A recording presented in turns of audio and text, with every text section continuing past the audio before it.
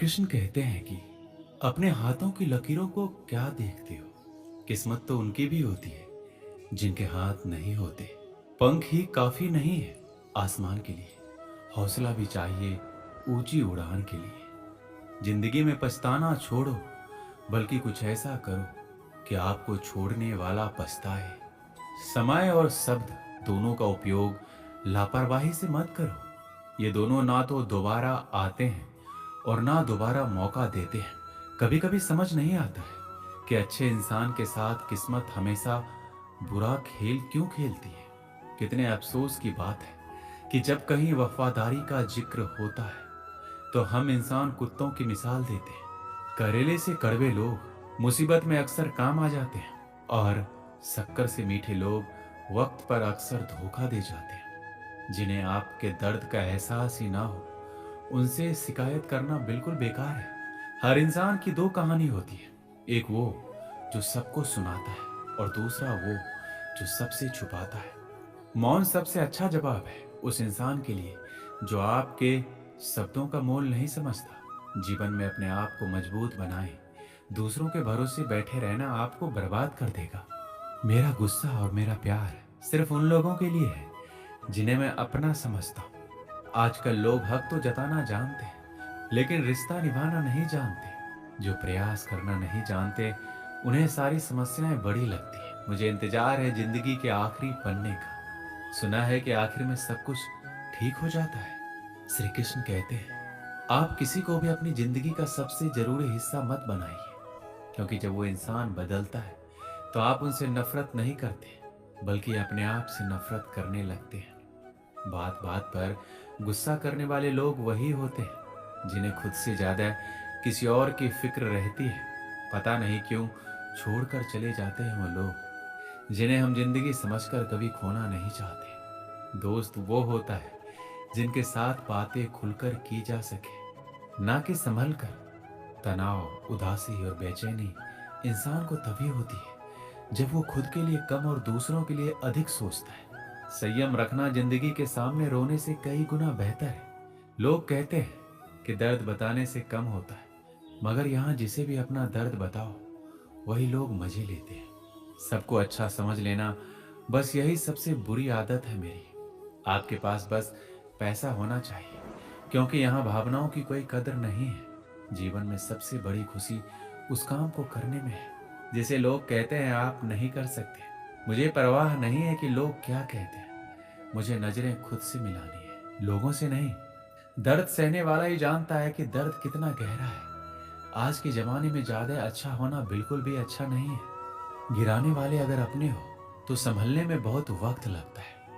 आज के जमाने में लोग अपनी कदर तब करते हैं जब उनको आपकी जरूरत होती है। खुश रहना सीखो, इससे पहले कि उदास रहना आपकी आदत बन जाए। आदमी बड़ा हो या छोटा, कोई फर्क नहीं पड़ता, उसकी कहानी बड़ी होनी चाहिए। एक बात हमेशा याद रखना कि दुनिया की कोई भी परेशानी आपकी हिम्मत से बड़ी कभी नहीं हो सकती। चुप रहना अच्छा होता है, लेकिन जब आपके साथ अन्याय होता है तब आपको जरूर बोलना चाहिए। जिंदगी हमेशा एक नया मौका देती है। सरल शब्दों में इसे आज कहते हैं। जिंदगी में लक्ष्य पर पहुंचने से पहले अपने दिमाग को लक्ष्य पर पहुंचाना पड़ता है। गिरना भी जरूरी है, इससे हमारी मेहनत की पहचान होती है। एक बात याद रखना, अपने लक्ष्य के बारे में कभी किसी को मत बताना। दूर रहना है मुझे उन सब से जो मेरे साथ रहकर भी मेरे साथ नहीं है। जो तुम्हारा मूल्य ना समझे, उसके सामने कभी जबरदस्ती अपना प्रेम मत दिखाओ। मुझे किसी के बदल जाने का कोई गम नहीं है, बस कोई था जिससे ये उम्मीद नहीं थी।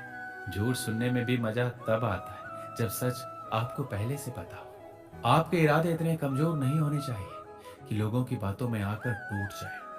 श्री कृष्ण कहते हैं, जगह जगह पर प्रयास करने से अच्छा है कि एक ही लक्ष्य पर कड़ी मेहनत और सच्ची लगन से काम किया जाए।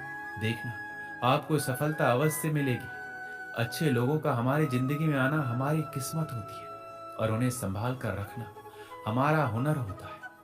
काटना, पीसना और निचोड़े जाना, वो भी अंतिम बूंद तक, गन्ने से बेहतर कौन जानता है कि मीठा होने का कितना नुकसान होता है। अपना बुरा समय खुद को बेहतर बनाने में लगा दो, क्योंकि अब रिश्ते इंसानों से नहीं पैसों से बनते हैं। ये दुनिया है ये तो सताती रहेगी। आप बस मुस्कुराना सीख लीजिए। सब कुछ जानते हुए भी अगर आप गलत को गलत नहीं कह सकते, तो आप अपने हक के लिए कभी नहीं लड़ सकते। हम टूटे हुए लोग हैं, हम बोलना नहीं, चुप रहना पसंद करते हैं। श्री कृष्ण कहते हैं, जो प्रेम में रहते हैं वह छल नहीं समझ पाते, जो छल में रहते हैं वो कभी किसी का प्रेम नहीं समझ पाते। इंसान वही श्रेष्ठ होता है जो बुरी स्थिति में फिसले नहीं और अच्छी स्थिति में उलझे नहीं। अक्सर अपना कहने वाले लोग दगा कर जाते हैं और मीठा बोलने वाले भी पीठ में खंजर भोंक जाते हैं। जो अपनों के सताए होते हैं, अपनों के ठुकराए होते हैं, वो बहुत कठोर हो जाते हैं। श्री कृष्ण कहते हैं, लौटते तो वो लोग हैं जो रूठ कर चले जाते हैं, टूट कर जाने वाला कभी लौट कर नहीं आता। कुछ लोग हमारा दिल रोज दुखाते हैं, लेकिन फिर भी हम उनसे बातें करके खुश हो जाते हैं। एक समय की बात है, एक बार एक पिताजी ने अपने पुत्र से कहा कि बेटे, तुम बड़े हो गए हो, तुम अपनी जिंदगी में आगे बढ़ने के लिए क्या कर रहे हो? पिताजी के अचानक से पूछे गए सवाल से पुत्र चौंक गया। वह 1 मिनट रुककर बहुत ही हल्के स्वर में बोला, पिताजी, जैसा कि आप जानते हैं कि मैं पढ़ाई में शुरू से ही बेहतर रहा हूँ और मैं अपनी तरफ से अपनी पढ़ाई या किसी भी बात को लेकर कभी ढिलाई नहीं बरती है। मैं हमेशा से सब कुछ पूरे लगन और मेहनत के साथ करते आया हूँ और आपको ये बात अच्छे से पता है। लेकिन फिर भी न जाने क्यों परिस्थितियां मेरे विपरीत रहती हैं। मैं आज तक इस बात को नहीं समझ पाया हूँ और अब ऐसा लग रहा है कि मानो जैसे कि मैं इन सब से शायद कभी नहीं उभर पाऊंगा। वो हमेशा से पढ़ाई और घर के अन्य कामों में भी बहुत समझदार एवं जिम्मेवार लड़का था, लेकिन फिर भी ऐसा क्या था जो उसे आगे बढ़ने से रोक रहा था? आखिर क्यों वह जीवन की सफलता से कोसों दूर था? उस लड़के के पिताजी ने उसे एक बड़ा सा हथौड़ा लाने को कहा। वो लड़का भागते हुए गया और अपने पिताजी के कहे अनुसार एक हथौड़ा ले आया। फिर उसके पिताजी ने उसके सामने 3 वस्तुएं रख दी। जो सबसे पहली वस्तु थी वो एक चमड़े की बॉल थी, और दूसरी वस्तु कपड़े की बॉल थी, और तीसरी सबसे आखिरी वाली साधारण बॉल थी। उसके पिताजी ने पूरी जान लगाकर तीनों बॉल पर वार करने को कहा। उसने ठीक वैसा ही किया। जैसे उसने पहली बॉल पर वार किया, वो थोड़ी सी टूट गई। जब उसने कपड़े वाली बॉल पर वार किया तो थोड़ी सी फटकर एक दूसरे से अलग हो गई। फिर उसने तीसरी बॉल पर भी उतना ही तेजी से वार किया। वो ना टूटी ना फटी, बस उछलकर दूर जा गई और उसके बाद भी उछलती ही रही। अब लड़के के पिताजी ने पूछा कि अब समझ में आए कि तुम्हें क्या करना चाहिए। फिर उसने अपने बेटे को समझाया कि बेटे, परिस्थितियां सब पर लगभग एक जैसे ही वार करती हैं, परंतु कुछ लोग ऐसे होते हैं जो उन परिस्थितियों से उलझकर टूट जाते हैं। कुछ तो उन परिस्थितियों से पूरे बिखर जाते हैं, परंतु कुछ लोग ऐसे होते हैं जो उन परिस्थितियों का फायदा उठाते हुए खुद को इतना ऊंचा कर लेते हैं कि फिर उन्हें रोक पाना मुमकिन ही नहीं होता है। तो तुम भी ठीक वैसा ही करो। अपनी परिस्थितियों को समझो, उन्हें वार करने दो, फिर उनकी वार का फायदा कुछ इस तरह से उठाओ कि तुम उससे उबर पाओ। लेकिन इन सब से निपटने के लिए एक चीज जो सबसे ज्यादा महत्व रखती है वो ये है कि तुम अपने दिमाग को शांत रखो, और फिर तुम देखो कि सब कुछ कितना आसान होता जाएगा तुम्हारे लिए। उस लड़के को अपने पिताजी की बातों को सुनकर समझ आ गया था कि उसे क्या करना चाहिए, और उसने अपने पिताजी से वादा किया वो अब उसी प्रकार हर परिस्थिति से निपटने की कोशिश करेगा जैसा उन्होंने समझाया था। इस कहानी से हमें क्या सीख मिलती है कि हर किसी के जीवन में समस्याएं आती हैं और संघर्ष भी सभी को करना पड़ता है।